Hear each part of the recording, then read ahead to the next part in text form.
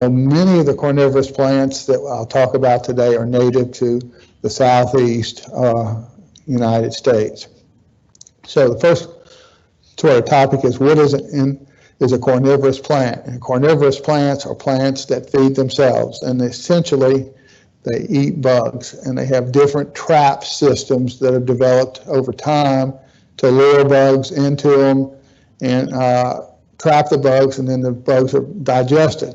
Now, the reason that carnivorous plants evolved the ability to catch bugs and eat them is that they grow in bog environments for the most part, which are very nutrient deficient. There's very little nitrogen, there's very little of any kind of fertilizer, so they grow in really pure water in bogs, but nothing for them to get nitrogen sources and potassium and things like that. So that's the sort of what we're talking about. And carnivorous plants grow in almost every environment and every continent.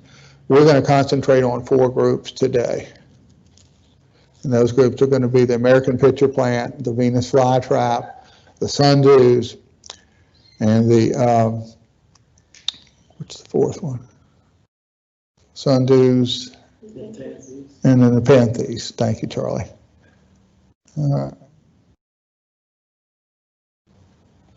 So the basics of cultivation, and this is, I'm going to talk about water a lot today, and Charlie's going to talk a lot about water, because one of the things that we've realized over the last few years is that to grow really nice plants, you need to have really good water. The Baton Rouge water that we have today is not near as good as it was 30 years ago, and I understand from talking to people that things are being added to the water to help maintain the pipe systems, and plants are not always real happy about that.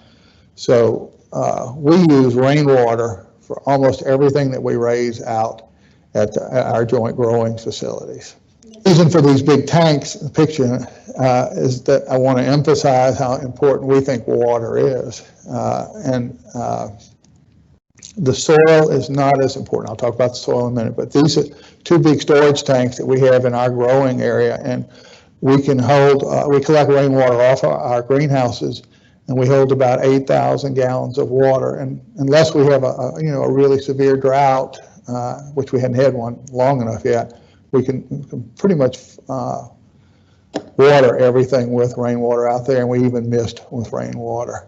Soils for carnivorous plants vary a little bit, and I probably should have done this earlier.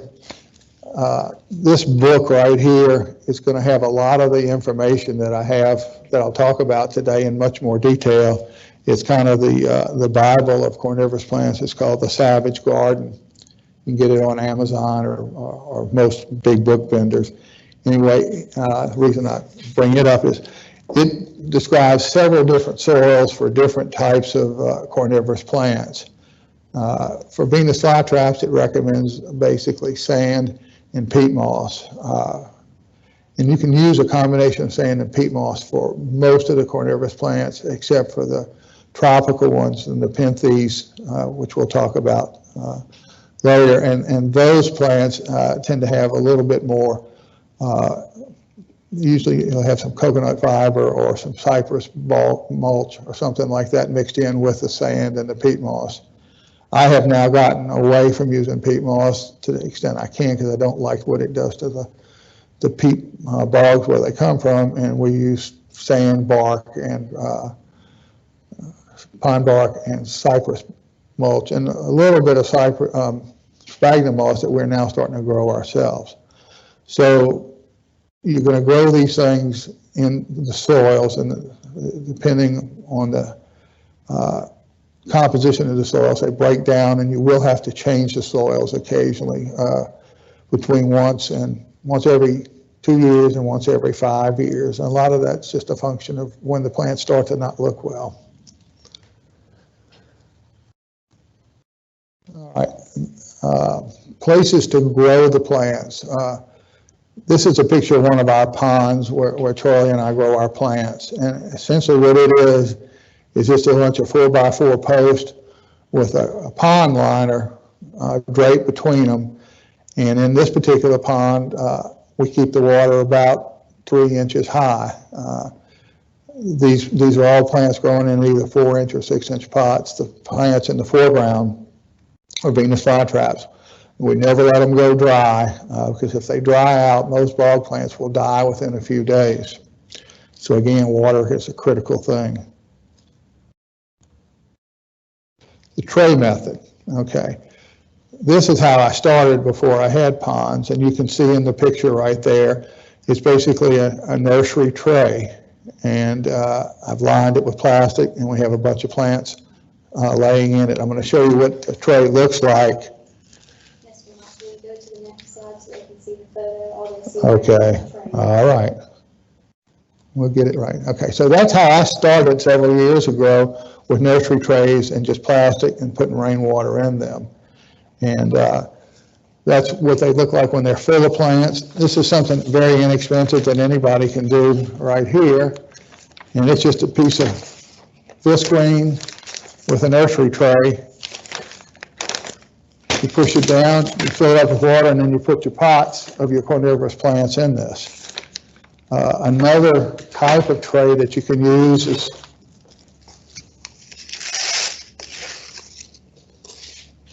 a tray from things that you get from like the grocery stores and catering events where you buy, sandwiches or cookies and stuff like that. It's just a thin tray, and these are pots that are sitting in the tray, and they actually have seedling Nepenthes in them, the tropical pitcher plants, and this is sphagnum moss growing on the top. But this tray is only maybe a ½ inch deep, and this particular type of plant doesn't like a lot of water, so I have the lower trays for them.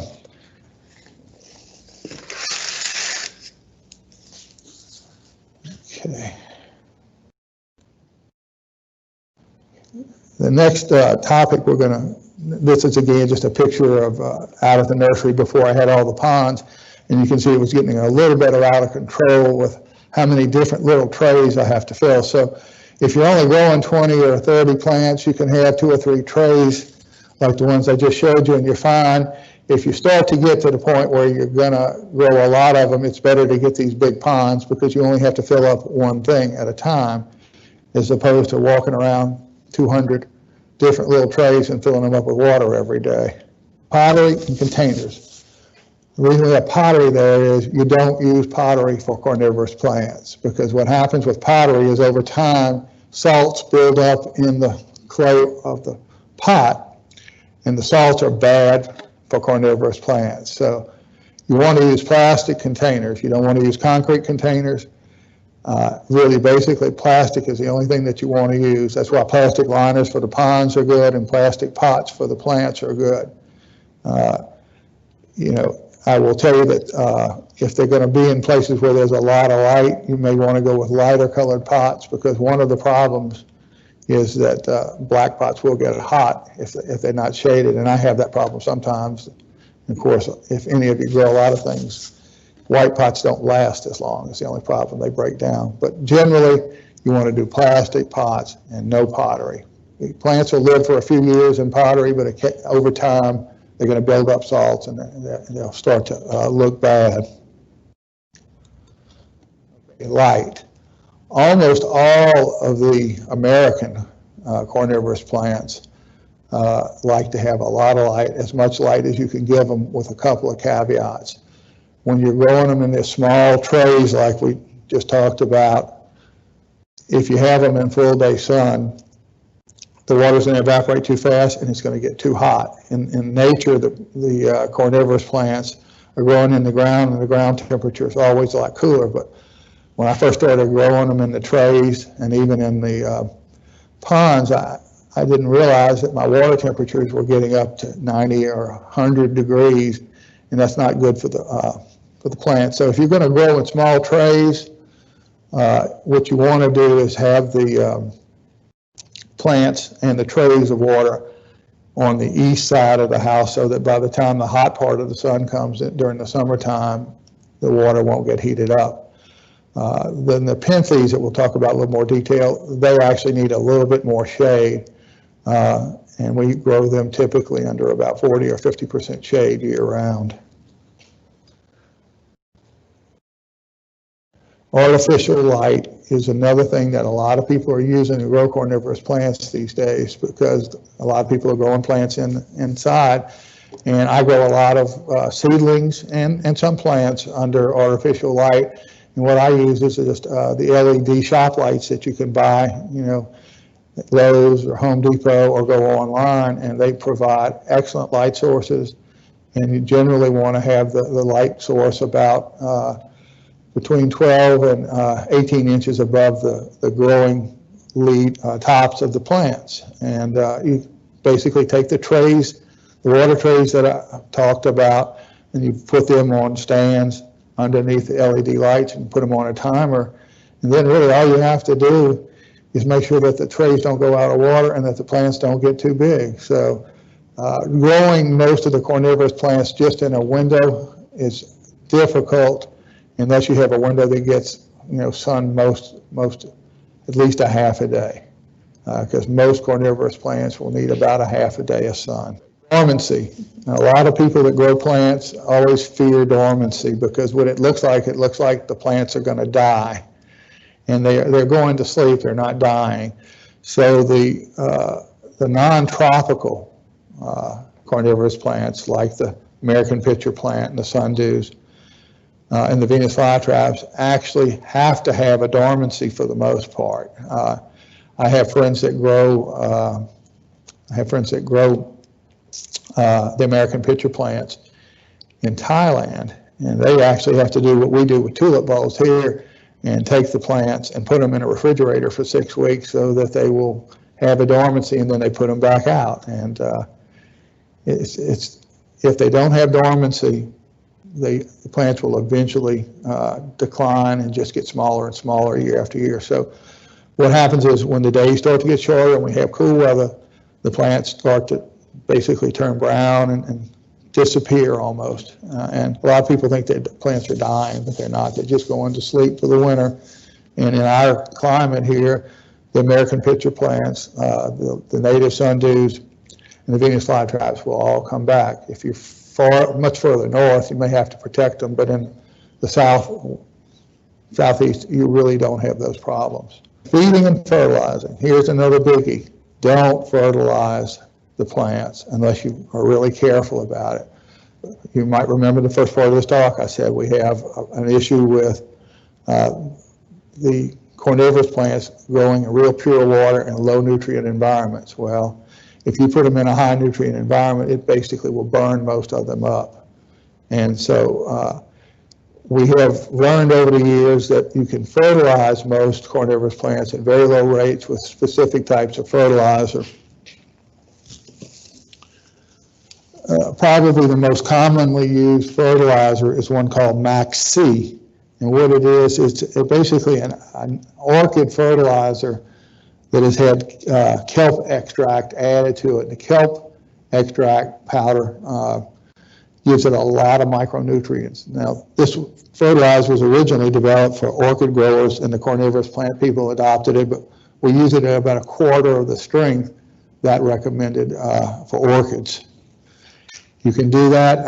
I typically use this fertilizer on some of my carnivorous plants during the growing season. I don't give them, once it gets cold like this time of year, we don't fertilize them because they're not growing, so they don't need it. All you might do is make them rot.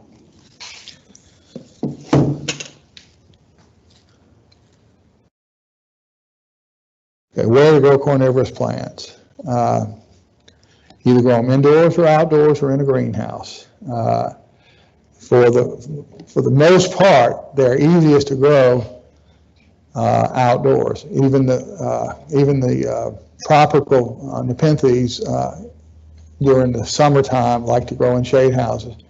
If you can grow them outside, you've got the best environment because you've got humidity, you get some rain, you can get good air movement. If you're not going to grow them or don't have the ability to do that, you can grow them on porches and you can grow them inside, but you just have to give them a lot of light and try and keep the humidity up. By growing in big trays where there's water all the time, that'll usually keep the humidity high enough for the carnivorous plants inside. But growing outdoors is the preferred method in the southeast. You can also grow them in terrariums inside, and I grow a lot of plants in terrariums. That is a terrarium, one of my many terrariums, and those are little pitcher plants, and there's also a couple of rare begonias in there, and then there's a lot of sphagnum moss. The sphagnum moss that you can see in that picture and that you saw in the tray I showed earlier is sort of one of the things that you find in most of the bogs that carnivorous plants grow in. It grows on basically all the continents except for the extreme northern parts of the world. And we've got a lot of sphagnum moss growing out where Charlie and I grow now, and I've collected sphagnum moss from a dozen different places or so, and we've been growing, and I think what's happened is they've kind of hybridized to like our environment. The great thing about live sphagnum moss is it really keeps things from rotting, and it makes it a lot easier to grow things in terrariums. And it also has a nice look. So terrariums, you don't have to use the tray method for water if you keep them moist and you keep the top on the terrariums. Here's a picture of a friend of mine that we were talking about earlier in England that grows all of his carnivorous plants, even the American pitcher plants, in greenhouses. Now, there's a couple of really great advantages to growing these things in really well-built greenhouses. First of all, the wind doesn't knock the plants down, because all the wind we've had with all the hurricanes, a lot of my American pitcher plants, which that's a picture of in this greenhouse setting, are all get knocked down in the storms, and also hail can do that. The other thing is you sometimes get some intensification of color with the growing under glass or growing under some of the better plastics. So if you have the time and the money, it's a great thing to do, but you do have to figure out a way to keep the greenhouses cool and move a lot of air. This greenhouse is in England and it doesn't get that hot. So they have sort of the best of both worlds, although he's got millions of dollars worth of greenhouses. So it's kind of the high-end way to do it. Okay, plants and how to grow them. I say I'm starting to run low on time, so I'm going to say we've already covered the plants and how to grow them more or less. Try and keep on schedule here. All right, we're going to go into the eye candy portion of this talk.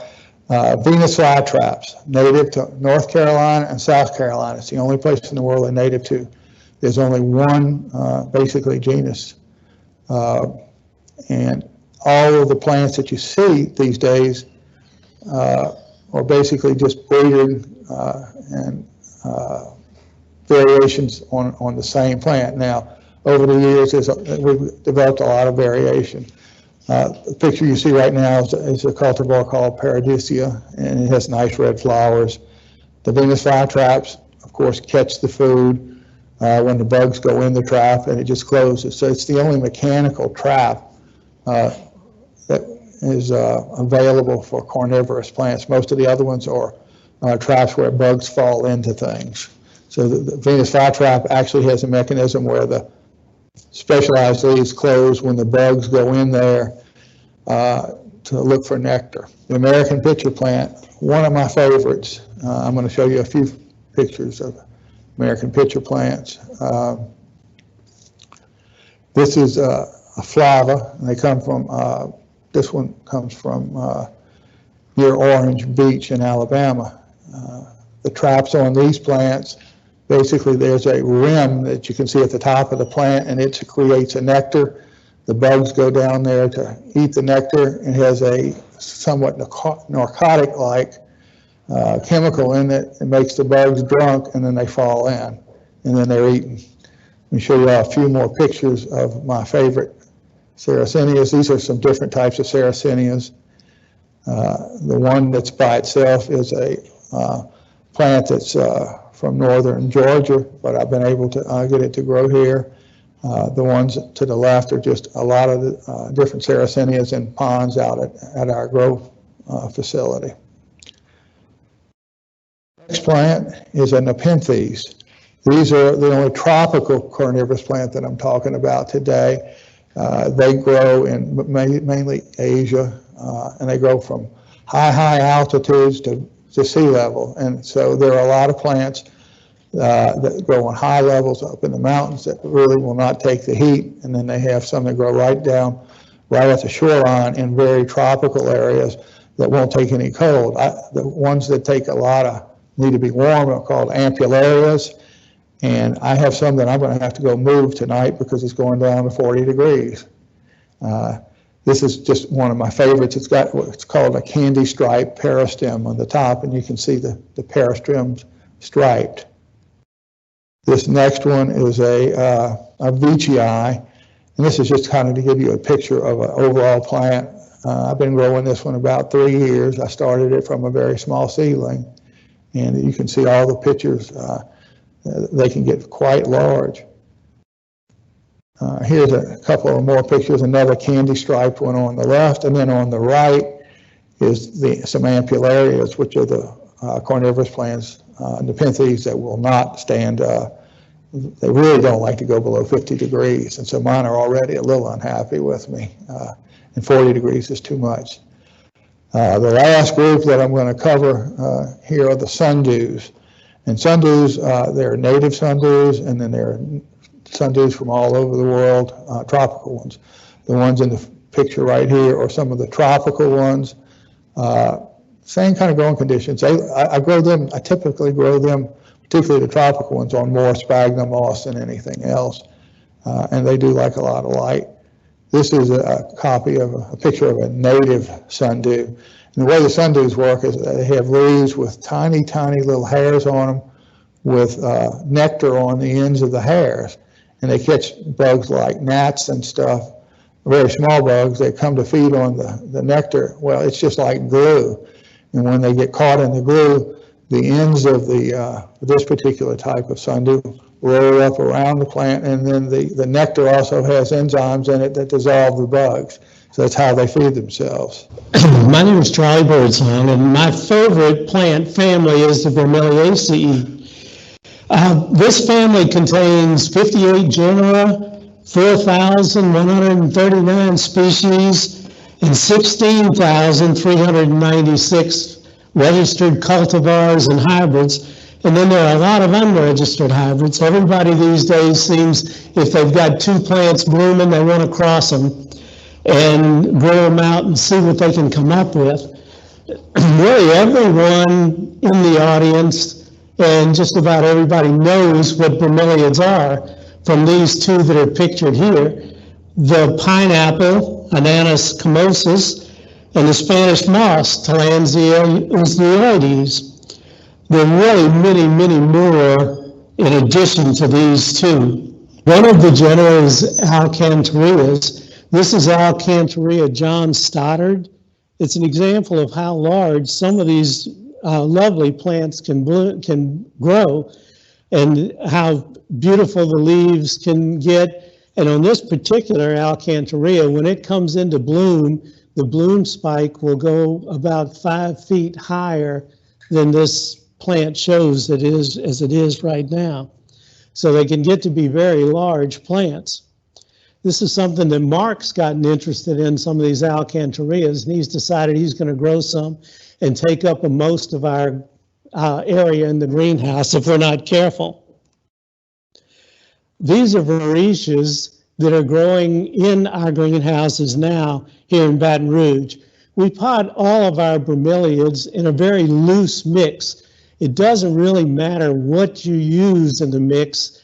It can be haydite, mixtures of perlite, cypress mulch, the core from the coconuts, just anything that keeps the plants supported, and that's basically it. They're epiphytes for the most part, which means air plants, so they don't need a lot of mix or nutrient gathering materials in there. Some are terrestrials, and a lot of them are saxicolous. They grow on rocks or cliff sides in their natural habitat. The bromeliads pretty much grow from in nature. They're all American from the New World. They grow from the middle of the U.S. down through Mexico, Central America, South America, all the way to the tip, most of South America. And most of the plants, the highest number, are in Brazil. In our watering procedures. Mark mentioned how important we think rainwater is. Some of these bromeliads do all right with our city water, but for the most part, they do much better in the rainwater. We water into the cup or the vase of the plants until the water runs out into the soil, and then we let them dry out. We keep some water in the cup, but we like for the soil to dry out. They don't really like wet feet. And when they bloom, they can have some fantastic looking bloom spikes like this Leutheria splendens. The bromeliads, for the most part, once they bloom, the mother plant dies. They form pups or small plants coming off the base of the mother plant or between the leaves. And these pups, as they grow up to about a third the size of the mother plant, we go ahead and cut them off and pot the pups. So through this asexual reproduction, we get the same plant over and over. If you decide you don't want to have many of them, you can leave them on the mother plant, and as she dies, then the pups come up and you have a combination. They can have one pup or they can have many pups. So you can get pots full of the plants.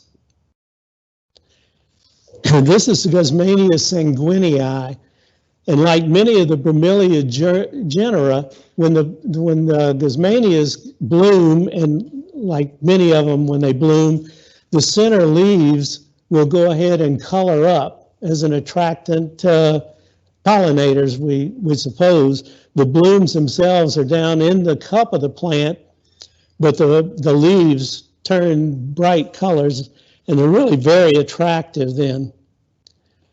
This is Tillandsia tectorum, and it's an example of a genus that's all epiphytic. They all live on rocks, the sides of cliff, telephone wires, barbed wire fences, just about any place they can get a hold of, and they have what we call hold-fast roots that hold them there. The silver color that you see comes from trichomes, or small scale-like structures where the plants absorb their nutrients and moisture from the air or the dew of whatever's around in the tropical areas or even in the desert areas where some of them grow. So that gives them the silver color. As far as nutrients are concerned, you don't really have to fertilize them at all, although if you do fertilize, you'll probably get larger plants and larger blooms, but they can take care of themselves pretty much with what they absorb. If you use fertilizer in the potted plants, slow release type fertilizer is ideal. If you have these plants that are the epiphytes, spraying them with a mixture of fertilizer, just about the same type thing that we use on the carnivorous plants that Mark talked about, is fine, but as a lower than recommended strength, quarter recommendation will do fine for them. Bromeliads are really very hardy. They love to grow outside where they get good air movement and rain, but they're tropical plants. And as tropical plants, you've got to protect them in the winter. So for a few months every year, you have to do something, or else you'll get them frozen. They're tough, so that they can take being crammed together in small locations. Over the years that I've grown the plants, I've moved them in and out of garages, brought them into the house, much to my darling bride's consternation on occasions. But when you get 5,000 of them that you're growing, that's not a viable option anymore. So that's why I've got greenhouses at my house and with Mark's. So you just have to keep them from freezing, basically. The plant shapes and the leaf colors can be extremely varied amongst all the different plants. This is a Quesnelia alvimii, and it's got an unusual shape on the leaves. This is Nigellarium bahia, it shows variegation that many of the cultivars and hybrids that are grown are selected for. Some of them have the variegation in the center of the leaf like this one does. Others are elbow marginated. They have the variegation on the outside with green on the inside of the leaves. So they're selected and grown for those characteristics. The Cryptanthus genus is also known as earth stars. They show many different colors, many leaf markings, and they're small terrestrial types that are adaptable to indoor well-lit areas and the terrariums. This is Cryptanthus minuscale. Many bromeliads are stoloniferous. They make large baskets or mounts, such as this Neoregelia passiflora. On the right side of the picture there, you see a couple of tillandsias that are mounted on driftwood. Most of the epiphytic bromeliads do very well mounted on driftwood or just about any kind of material. You don't want to use anything that's had creosote on it, but most anything you can use different waterproof glues to hold them on. You can wire them on, just don't use copper wire. And even driving a screw through the heavy caudex at the base of the plant will hold it on. As long as it's held tight enough to the wood so that it doesn't move around, it'll go ahead and put out roots and root onto the wood. This is an Amazonian Neoregelia, pendula, variety brevifolia. They love to climb on trees, up into the trees, and they have these long stolons. You can see the red in the picture. As these neos bloom, the leaves in the center will go ahead and turn bright red. So they really are attractive to grow. This is one of my favorites. This is Neoregelia Painted Delight. It shows how these neos bloom down in the center of the cup, and the leaves will go ahead and color up when they come into bloom. They really have fantastic colors. I enjoy the wide leaves, dark colors, and the concentric shapes that are found in the Neoregelias, like this Neoregelia ninja. There are a great variety of colors throughout the genus Neoregelia, different leaf forms, widths, and things. If you don't want to grow them, then you can go ahead and use them in flower arrangements. So those of you who like to make arrangements, these Guzmania blooms are used quite often in different flower arrangements. Bromeliads have many bloom forms, and they often put up their blooms on large spikes, which can really last a long time. This is a Canastropsis sedellii. Others bloom near the cup. These blooms just come up just above the leaves, and this is a bigeneric. It's a Nidumea penumbra, a cross between a Nidularium and an Acmea. So we have not only the genera, but we have the bigeneric that are grown. Some of the bromeliads will flatten out as they bloom, and they have very colorful bracts. You can see the white flowers in the center of these red bracts. And this is a Syncharia burley marks, the These are Bilbergias. This is Bilbergia hallelujah. It grows, the Bilbergias grow quickly. They pup freely and can easily fill up pots. They have very attractive leaf patterns and colors with spots and lines in them.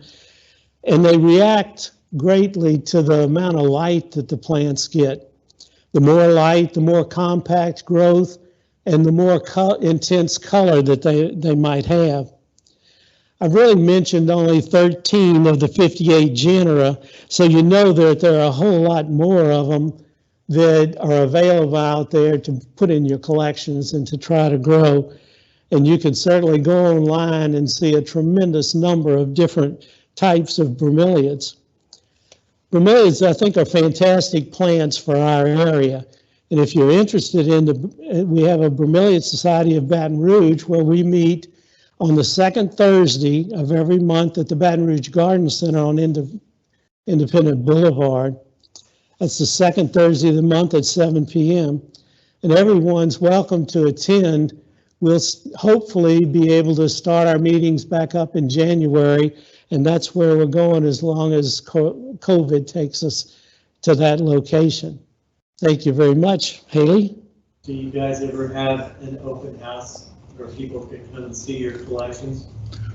What we do is, in this past year, we've been having a get-together of all the plant societies in the area to come and display plants and to sell plants, and we can make arrangements for people to come and see. If you can actually go back and see the plants in the back, we'll make special arrangements. Yeah, I didn't know you had that. So you have an open house for different plant societies? Well, we've had societies come, like the American Begonia Society, the Bromeliad Society, the Succulent Society.